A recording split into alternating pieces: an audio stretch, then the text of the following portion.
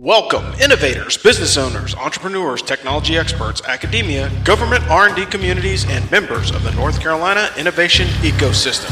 This is Defense Technology Talks, hosted by the North Carolina Defense Technology Transition Office, or NC DEFTECH. This podcast will showcase various technologies with local and national experts who aim to solve complex national security problems.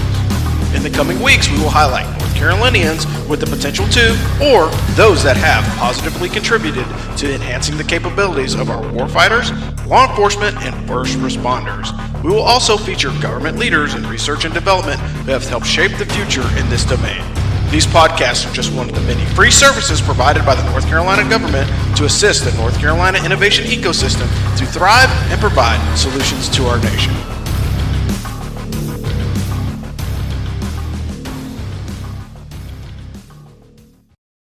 Welcome back, everyone, to another episode of Defense Technology Talks. A lot of happenings going on right now. If you are in the SIBR portal or done a SIBR topic last round, you should be getting feedback for 22.2 as we're rolling into 22.3. 22.3 opened last week, so you should be getting feedback. And again, sometimes the feedback isn't as precise as we would like, but you have to understand that they're responding to multiple different parties with multiple different submissions. So they give you the best information that they can with the time that they have allotted.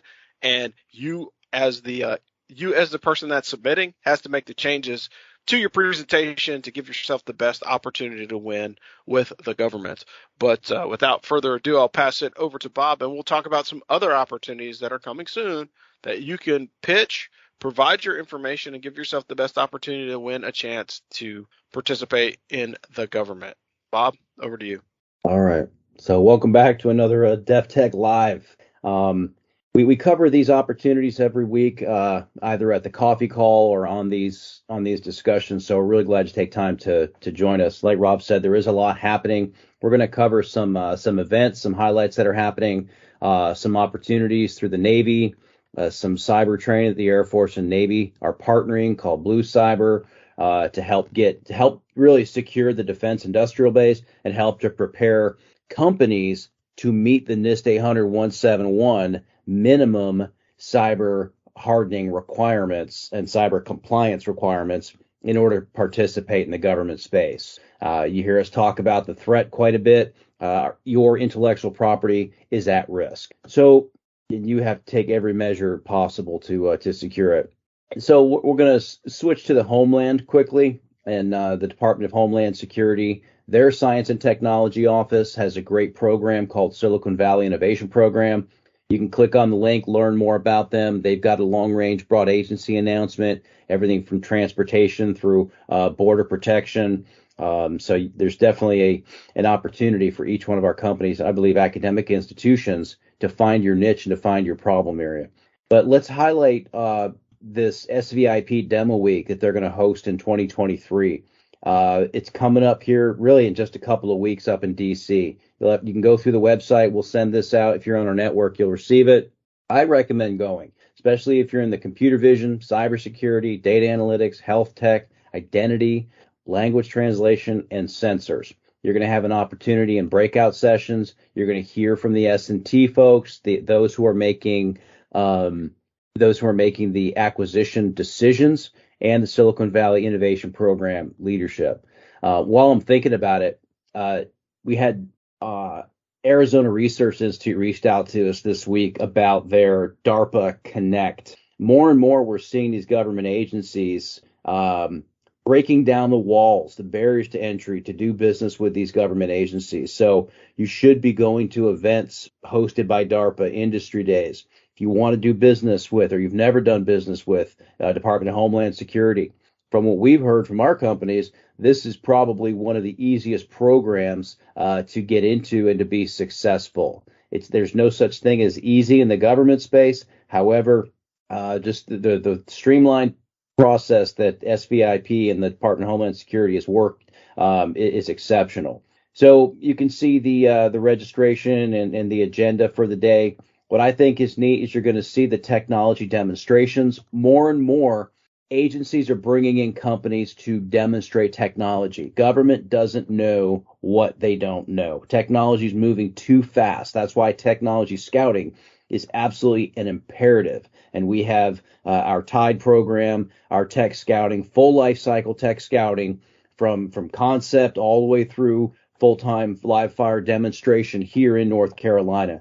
So if you're not familiar with that, please get with your DefTech team. But we're seeing more and more of these tech demonstrations, which is pretty neat to build awareness among government folks, what is possible in that space, and then to tie it to an actual use case or a problem that you may not be familiar with. So you're going to hear a lot of problems here during discussions that have not even yet made it to the broad agency announcements. They're not topics yet on the SBIR process. And they're not topics through Department of Homeland Security, not even through Defense Innovation Unit, which we'll talk about one of their opportunities, because those are mature problems that have been curated. Here are early stage problems, and you're going to hear from DHS. And Rob, why is it important you think that more of these companies government agencies are looking to highlight small business tech? For two reasons. One, the first reason is very, very simply, you have to consider that so much of the government technology that's required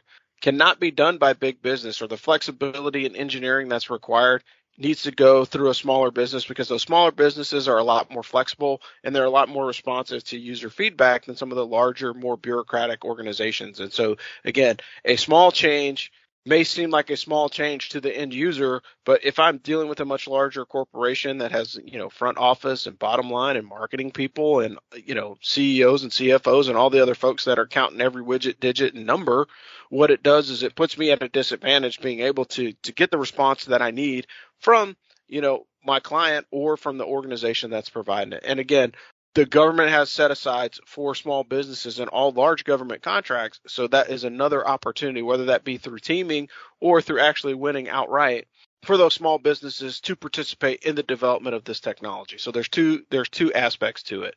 But all that being said, as a small business, you have the ability to impact the government in a much larger way than some of the larger businesses that are just too big to fail or too big to change. And I think that's really the main point there, is that the smaller companies have a lot more flexibility, and that's why the government is looking at them, as well as all the set-asides in the budget, as well as in the Small Business Association, to facilitate those small businesses cracking into the Department of Defense and giving the opportunity to win. And DHS and their partnership with the Silicon Valley Innovation Project is very, very important to that overall success. So if you find yourself operating in that space, take a look at what's available, or you go to the demo day so you can see what is in the realm of the possible, or what requirements that this organization needs to be successful. Back to you, Bob. All right. And what I love about it is, again, for rapid prototyping projects. Why? To meet the needs and the changing needs of DHS. I'm going to pull up a couple of other opportunities here, and we'll try to move fast because there's so much happening across the defense space. But I want to pull in these events as well that are coming up even before that. In particular, SOF Week, formerly SOFIC or SOFIC. But SOF Week is coming up in 11 days down in SOCOM. If you've never interacted with the special operations community, highly recommend attending this event. It's going to be amazing. You can watch their video, what to expect, look at some of the booths, registrations open, and then there's an award ceremony. Get with your DefTech team to help you understand what problem statements that special operations, SOF AT&L, are looking for solving. And then also I received the notice today in my email that the IWTSD, Regular Warfare Technical Support Directorate, BAA, closes out tomorrow. You've got until 3 p.m. to upload your quad chart and your white paper requirements that meet their unclassified BAA that, again, ends tomorrow. We've talked about this on previous DefTech Lives, mentioned it on the coffee call, so hopefully this doesn't catch anyone by surprise. But you should be submitting to IWTSD and familiar with their rapid prototyping process.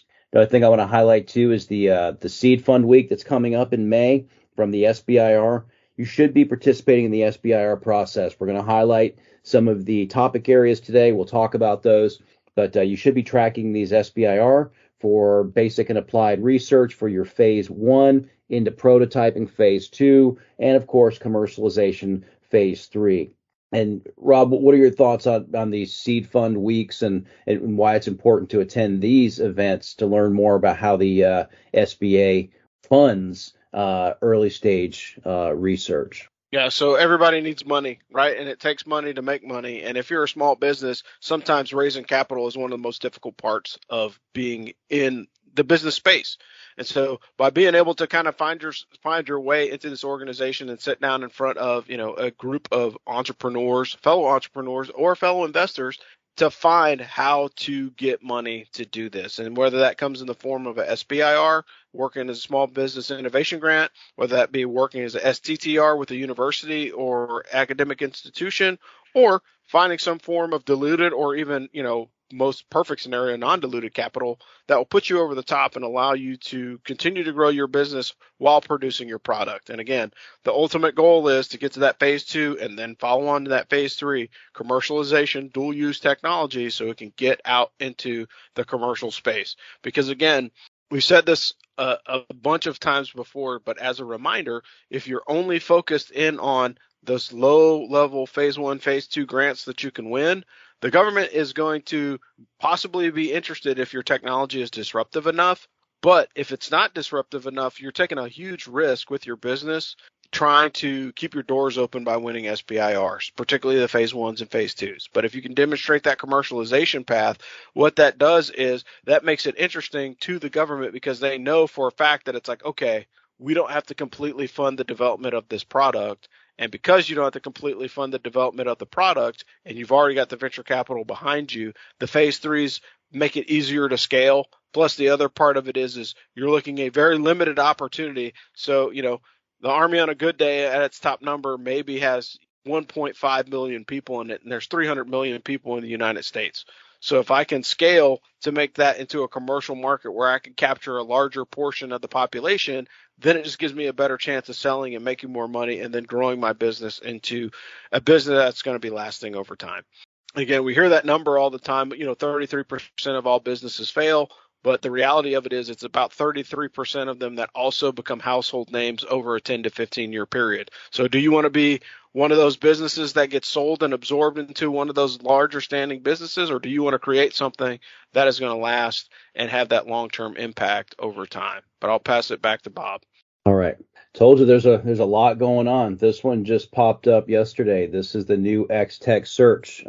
If you're part of the DEFTECH network, hopefully you were on our coffee call last week. You heard from the Navy about their SBIR program. You heard from the Army about their SBIR program, and you also heard a little bit about the X-Tech search. Now, X-Tech Prime just opened up to $1 million direct to phase 2 SBIR, and then there will be multiple awardees. There's open topics within key focus areas. What are those? We've talked about those in the past. They tie to the Army's modernization priorities and the Undersecretary of Defense for Research and Engineering technology requirements. I'm going to scroll down here.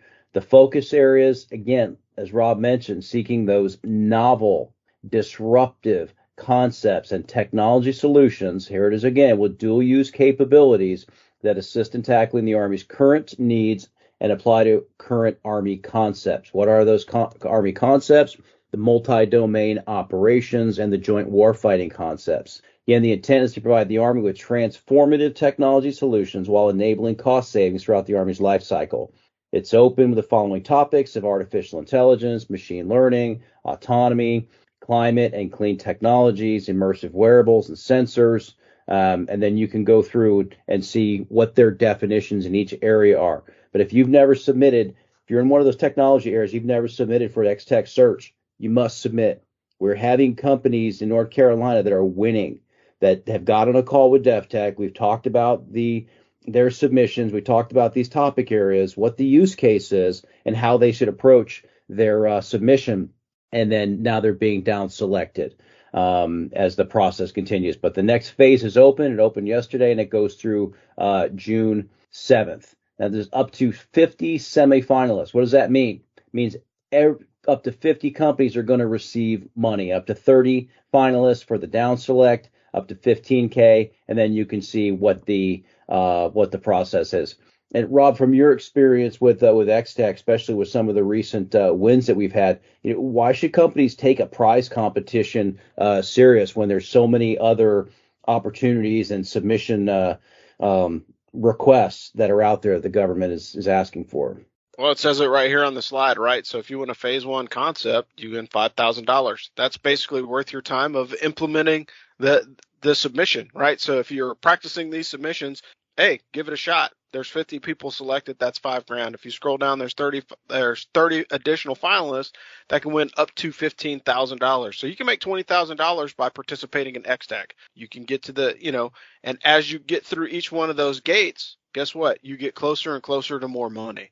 And so again, that's non-dilutive capital that you can actually use to build your company. So like when you start out, if you can make it through that funnel, you can win some prize money, and that prize money will be very, very impactful on your organization. And it's twofold. Not to say that you should just do, the XX search. You should still be pursuing other SIBRs. You should be pursuing other SDTRs, but this is just one aspect on one of the many lines of effort that you can approach to give yourself the best opportunity to win. And again, I can't speak to every company, but there's a sweet spot that you can be in. You can have too many opportunities that you're pursuing and not winning enough, and it could take too much away from your business where you're not developing your product, but you can't solely develop your product and abandon all these other opportunities, because I think there's probably some area in the middle where you're doing some submissions for competitions and pitch events, as well as doing your product development.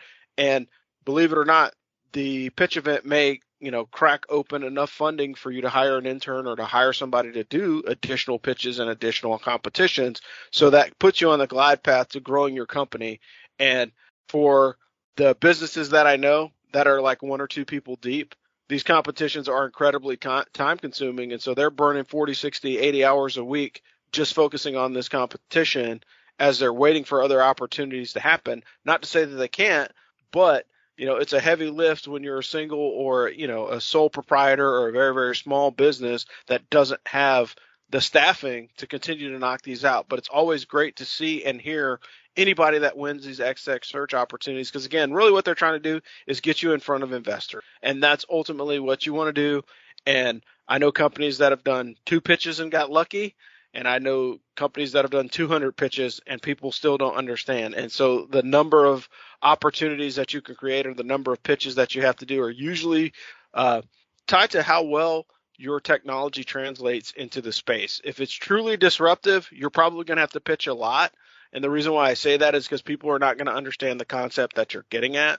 And if you're too simple, that means there's probably a lot of competition that's doing similar to what you're doing. So again, don't throw the baby out with the bathwater. Strike the balance, whatever that is for yourself or your organization, and give yourself the best chance of winning, because more money just gives you more opportunity. And I'll pause there, pass it back to Bob. Thanks. Awesome. Yeah, make sure you download the RFI, request for information, read all the details. But what I think is unique about this one is they're challenging small businesses to work together with a technology integrator. Army's got these transition teams that are really just trying to find technology to link to the Army's current modernization goals. So really kind of enough on that, but this is an exciting opportunity and you've got to participate. Another one is looking at Office of Naval Research and their Global X program. Again, looking for unimagined technology through a multidisciplinary approach. Since it's Office of Naval Research, it's usually pretty early technology readiness level. But again, they've got goals that they have to meet based on their national, based on their DoD and their service priorities, their modernization goals, and what the national priorities are as well. So one thing I want to highlight here are the problem statements. We'll talk just a little bit about this as we wrap up and start to push into a couple of specific topics in the SBIR process. But there's so much going on. We'll try to keep this at a short level so that you can get to work submitting. But one thing we want to highlight are the descriptive attributes. One thing I'm gonna highlight here, since we have the Federal Textile Summit coming up here in May in North Carolina, which you should attend, But here's one for multifunctional fabric 2D woven fibers for survival platforms. In and of itself, okay. What is that? Well, they're telling you what the descriptive attributes are, what it needs to do, what those thresholds it must do, objectives should do, because these are written, these come right out of the requirements documents in the acquisition process. So you can read through the attributes. And here's one thing I really want to highlight are the potential enabling technical disciplines. What is this multifunctional fabric, this potential nanoparticle or nanomaterial that can be used for energy production, reducing skin friction, drag, reflectance, refractance? We're actually going to tie this to a Army problem. So you'll see how the different services are trying to look at these, look for these unique materials. And we're going to highlight some of these companies at the FedTechs. But who'd have thought artificial intelligence, machine learning integrated into multifunctional fabrics?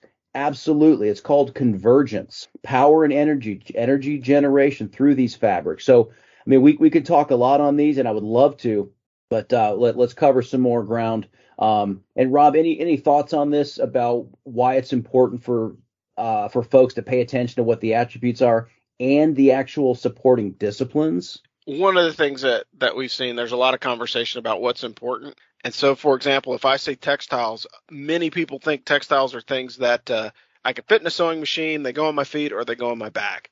But there's all kinds of other integrated technologies that you can do. Like I can do woven materials that have, certain particles or attributes to it that allow me to do certain things on mission. I can have additional capabilities that can come out of it. I can have so many more opportunities, but it's not just the fabric. The fabric by itself, yes, could be revolutionary. It could be, moisture wicking. It could be flame retardant. It could be any number of additional properties that material can have. But I can also add, hey, maybe there's, a new thread that comes out that has microfiber or fiber optic cabling in it that allows me to transmit data, So it's not just by itself the woven material. It could be the things that are weaving the material together, or the nano or microelectronics like it says on the screen. Hey, it could be tying into artificial intelligence, machine learning, chemistry. It could be something that could reduce heat. It could be something that creates warmth. It could be any number of attributes that you can add to the material to enhance whatever mission that you're trying to use. And so I think we would be very naive to say that, like, hey, it's about, if we say construction, well, it's just about building buildings. How do I improve my architecture? Well, you can use AI to improve architecture. You use AI to improve airflow inside of a building through modeling. So there's other ways to apply advanced science and technology to every situation that's out there. So when we talk about all the summits that the North Carolina Military Business Center is doing, it's not just in a vacuum or in a bubble that these things are operating. We're looking to see those other technologies that you can feed into whatever summit it is. It could be a summit on, it could be a summit on textiles. Hey, are there ways of artificial intelligence to monitor how we do something as simple as stitching? Yeah, I can track needle use or needle wear through artificial intelligence and microelectronics to know when that needle is going to break, or how many times do I have to change it out given the number of items that needle has produced. So that's how the application of AI can be utilized in textile manufacturing. And I think some folks would look at it and say, well, how does that have anything to do with textiles? And I would tell you that it absolutely does. So don't be afraid to come to those summits and see if there's opportunities like that, but also to do a little bit of research and try and figure out, hey, is there something that I'm doing as a company that can enhance that mission? Because it can't just be the simplest things. Again, when we say innovation, like the underpinning term should be disruptive technologies in support of the Department of Defense. And I think that's one of the things that gets lost is everybody talks about innovation as a system or a process, but nobody says, hey, look, I am looking for a technology that is legitimately going to be a better mousetrap, or, be something that's going to force this drastic change in everything that I'm doing, because the technology is so unique to the operation that I'm trying to conduct. And I'll pass it back to you, Bob. Thanks. So no longer can we think one discipline. I sew, I do this.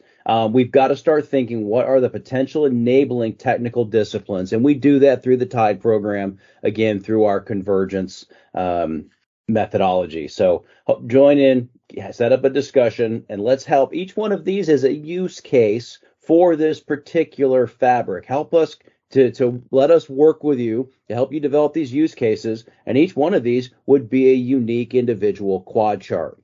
And we talk to companies about that. Some get it, some don't. When you look at the topics that are coming up for SBIRs and STIRs, consider working with universities to see what they're doing. Wilson School of Textiles, for example, the Flex Factory, Dr. Andre West at NC State. He's already doing some of this, and if you have a piece of the whole, go in there, partner with them, make it a win-win situation, submit for an STTR, and partner with that research institute. We're going to highlight this topic again. We'll show you how it's a SBIR topic, but let's hit a couple of other opportunities. And again, we're trying to keep this as short as we can. Defense Innovation Unit recently posted their ground vehicle autonomous pathways. One thing I want to highlight are the way the problem statements are written. You're going to see in just a minute how topics were written. Very, very specific topics, unless it's an open topic.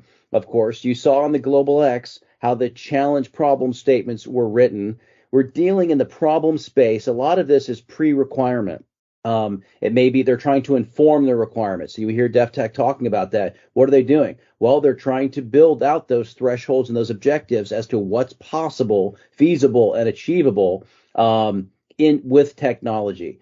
Next is the Blue Cyber Education Series. Just going to talk about this quickly because we had a great discussion on this on the DefTech coffee call. So don't forget about the SBIR cycles that are open right now. Pre-release is 2023.2, and for the STIR, it's a .bravo. And again, look, you can see the topics that are open. We're going to highlight one topic here that is actually, this one is a directive phase 2, is the electromagnetic skins and smart. So this one is from the Army. See, we just looked at the same thing from the Navy under their Global X program. So the services are each going after really the same type of innovation. And I guarantee there's an application for multiple government agencies to include Customs and Border Patrol. You look at the Department of Homeland Security and the great work that they're doing. You're going to take that submission for this topic. You're then going to turn around and submit for the Global X topic. And then there's going to be an opportunity for the Department of Homeland Security. So when Rob talks about prepared to submit to multiple agencies, we're laying it out for you right here. So, Rob, you want to talk about the importance of these technology areas, the modernization priorities, and then we'll get into electromagnetic scattering and what that looks like for textiles and electromagnetic skins. So when you start talking about electromagnetic skins, like the bottom line is, as we start moving into, pure competition, the great power competition is back. So if you think that the Cold War was the only time that the United States would be in a competition of influence and military power, you're fooling yourselves. We always say it all the time, China is the pacing threat. I would say that China is ahead in some areas, and Bob has done a great breakdown of that several times before, so you understand which technology areas that the U.S. is leading and which technology areas that we are falling behind on. But the bottom line is there is opportunity out there. And when you start talking about the electromagnetic spectrum covers everyone. There is no getting away from using the EMS. If there's jamming out there, that means somebody is still using the EMS. So regardless of that, you're still focusing in on the problem set. Now, looking specifically at this Directive Phase 2 topic, one of the reasons why you want to submit to a Directive Phase 2 topic is you immediately get more money if you win. So that's the first part. The second part of it is do I or can I support some part or all of this technology in its development? If I can, then I need to entertain this. And as you look on the screen, it'll tell you, like, being able to protect from undesirable RF radiation or prevent leakage of desired radiation of the RF spectrum are important, because everything out there is a transmitter. Your phone in your pocket is a beacon. Any radios that are out there are beacons. Everything has some type of electronic signature that gets put off, whether it be small, whether it be large. And so being able to put electronic skins that prevent, electromagnetic radiation to leak out or prevent it from coming in, because both of which could be important. So like if somebody is operating in a certain frequency, being able to prevent that certain frequency from interfering with your operation is good. Having emissions control is very, very important as well. And so again, gone are the days of us going up and setting up in the, we're going to take over this building or hotel or whatever and set up this large footprint that's just blasting electromagnetic spectrum everywhere. It's going to have EM, I'm going to have satellite, I'm going to have radios, I'm going to have all kinds of communications devices on, and all of those things have the ability to be detected. So putting these electromagnetic skins on here to reduce the surfaces or the information from coming out, but also to prevent things from coming in. And it seems like a lot more complex than it actually is. But the reality of it is I can do it with a material solution. I can do it with, reducing the radar cross section. So for example, I can make a jet look like a bird. And that's basically by changing the radar cross section. If you look at some of the funky designs on a lot of the new aircraft that have come out, like the F-35 and the F-22, a lot of that design is designed to change the radar cross section. And that's about as far as I will go as far as the design stuff. But you can change angles and the way that the electromagnetic radiation is going to strike that aircraft.